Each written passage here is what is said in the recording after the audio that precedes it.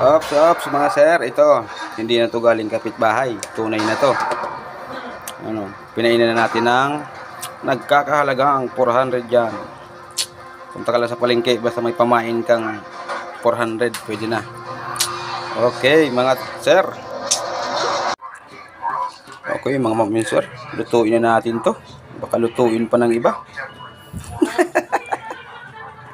So, okay mga sir. Malapit nang maluto ang ating ulam. Pinirito muna natin bago natin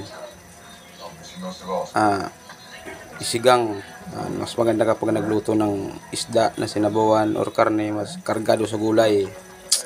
Okra, talong, sigarilyas, pechay. Tabis yan mga sir. Try nyo na, sarap nito.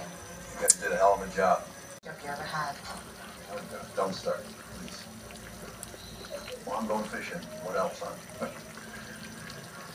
Someplace safe like Puget Sound in Washington State, Brandon. Yan ang tinatawag na para sa pare, mga sir. Ulo.